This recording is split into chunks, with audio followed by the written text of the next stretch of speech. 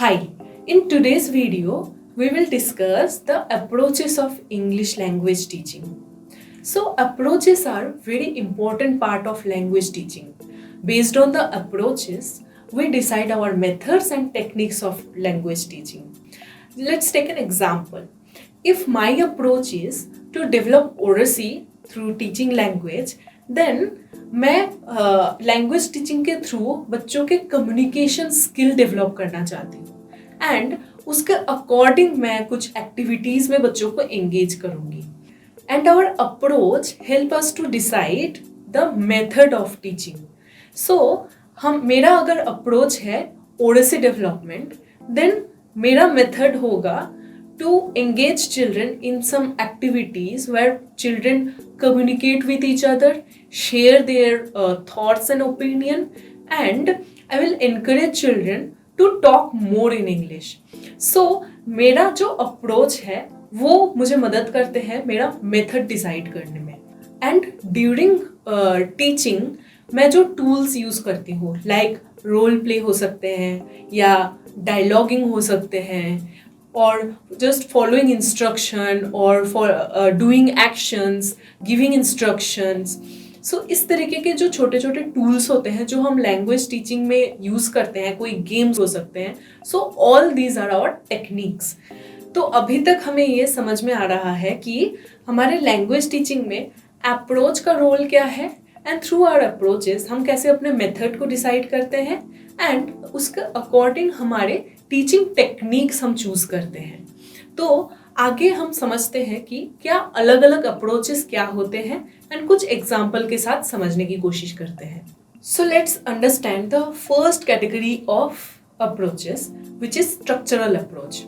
Structural approach is more focused on grammar and sentence structure. Teacher structural approach में grammar और sentence structure पर focus करके language सिखाते हैं and it is more about reading or drilling or practice the language structure.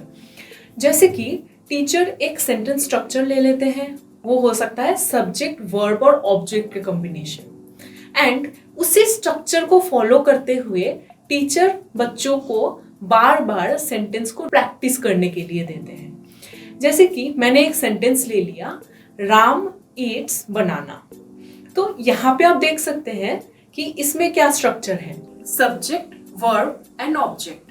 And teacher इसी तरीके से इसी स्ट्रक्चर को फॉलो करते हुए बच्चों को सेम तरीके के सेंटेंस और बोलने के लिए और लिखने के लिए देंगे. जैसे कि सीता ईट्स बनाना, आई ईट एप्पल, या फिर राहुल ईट्स राइस. इस तरीके से अलग अलग उदाहरण के साथ सेम स्ट्रक्चर को फॉलो करते हुए बच्चे सेंटेंस को ड्रिल करते हैं. और ऐसे ही ग्रामर के अलग अलग रूल्स भी एक स्ट्रक्चर को फॉलो करते हुए बच्चे सीखते हैं. तो इसको हम स्ट्रक्चरल अप्रोच बोलते हैं. एंड इस अप्रोच में कुछ मेथड्स भी होते हैं जैसे कि grammar translation method and direct method. In grammar translation method we actually teach rules of grammar through our native language. तो जैसे कि ग्रामर ट्रांसलेशन मेथड सबसे ट्रेडिशनल मेथड है लैंग्वेज टीचिंग की. इस मेथड में क्या होते हैं, टीचर्स ग्रामर के अलग अलग रूल्स बच्चों को बताते हैं एंड वो अपने नेटिव लैंग्वेज में ट्रांसलेट करके बच्चों को बताते हैं.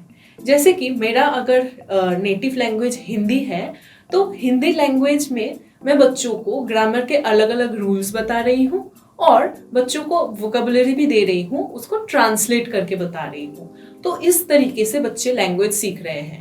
एंड ग्रामर ट्रांसलेशन मेथड में बच्चे मेनली रूल्स सीखते हैं. इसमें फोकस जो होते हैं वो एक्यूरेसी पे होते हैं, ओरेसी पे फोकस कम होते हैं. तो इस मेथड में बच्चे एक्यूरेसी तो अचीव कर लेते हैं लेकिन बच्चों के कम्युनिकेशन स्किल डेवलप नहीं हो पाता, बच्चे इंग्लिश में कम्युनिकेट नहीं कर पाते हैं. ऐसे ही एक और अप्रोच है direct method. But direct method is the opposite of grammar translation method and इसमें more focus is giving input in English language. तो टीचर क्या करते हैं, इस डायरेक्ट मेथड फॉलो करते हुए टीचर्स बच्चों को अपने इंग्लिश लैंग्वेज में ही इनपुट्स देते हैं और जो कम्युनिकेशन टीचर और बच्चों के बीच में होते हैं वो ओनली इंग्लिश लैंग्वेज में ही होते हैं। सो इसकी वजह से बच्चे इंग्लिश लैंग्वेज ज़्यादा जल्दी समझ पाते हैं, वो कम्युनिकेट भी कर पाते हैं। एंड इस मेथड में भी टीचर सेम ग्रामर के रूल्स और सेंटेंस स्ट्रक्चर फॉलो करते हैं और बच्चे उसी स्ट्रक्चर को फॉलो करते हुए और ड्रिलिंग के थ्रू बच्चे सीखते हैं। तो लेकिन इस मेथड में भी कुछ चैलेंजेस हमें दिखते हैं, जैसे कि ये डायरेक्ट मेथड जो है, क्योंकि यहाँ पे सिर्फ इंग्लिश लैंग्वेज से ही कम्युनिकेशन होते हैं तो एक सर्टेन ग्रुप के लिए ही वो सुटेबल होते हैं। जिन बच्चों को बिल्कुल भी इंग्लिश लैंग्वेज की समझ नहीं है वो क्लासरूम में इंस्ट्रक्शन समझ नहीं पाते हैं एंड उनको कम्युनिकेट करने में डिफिकल्टी होती है। तो अल्टीमेटली बच्चे ओरेसी और कम्युनिकेशन में चैलेंज फील करते हैं। एक एग्जाम्पल के थ्रू ग्रामर ट्रांसलेशन मेथड और डायरेक्ट मेथड को समझते हैं। जैसे कि अगर टीचर बच्चों को नाउन सिखाना चाहते हैं तो सबसे पहले टीचर नाउन क्या होते हैं उसके डेफिनेशन बताएंगे और अलग अलग नाउन्स के वर्ड्स लेंगे और उसको ट्रांसलेट करके बच्चों को सिखाएंगे। एंड इसमें मेनली राइटिंग पे फोकस होते हैं और रीडिंग पे फोकस होते हैं।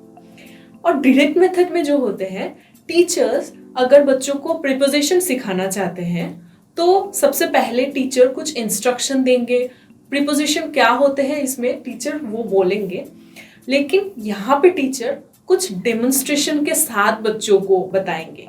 जैसे कि वो कोई ऑब्जेक्ट लेके the ball is on the table, the ball is in the basket, इस तरीके से कुछ डेमोन्स्ट्रेशन के साथ बच्चों को बताने की कोशिश करेंगे। तो इस तरीके से बच्चों को इनपुट इंग्लिश में मिलता है और बच्चे बड़े आसानी से चीज़ों को विजुअलाइज कर पाते हैं और लैंग्वेज को अडॉप्ट कर पाते हैं। So in this video we have understood the concept of approach, that we have understood the difference between approach and methods and techniques, and how we are using approach, method and techniques in our language teaching. And उसके साथ साथ हमने structural approach पे बात किया and we have also discussed two methods which comes under structural approach. First one is grammar translation method and second one is direct method. In our next video, we will discuss some more approaches and methods in English language teaching and also take some classroom examples. Thank you.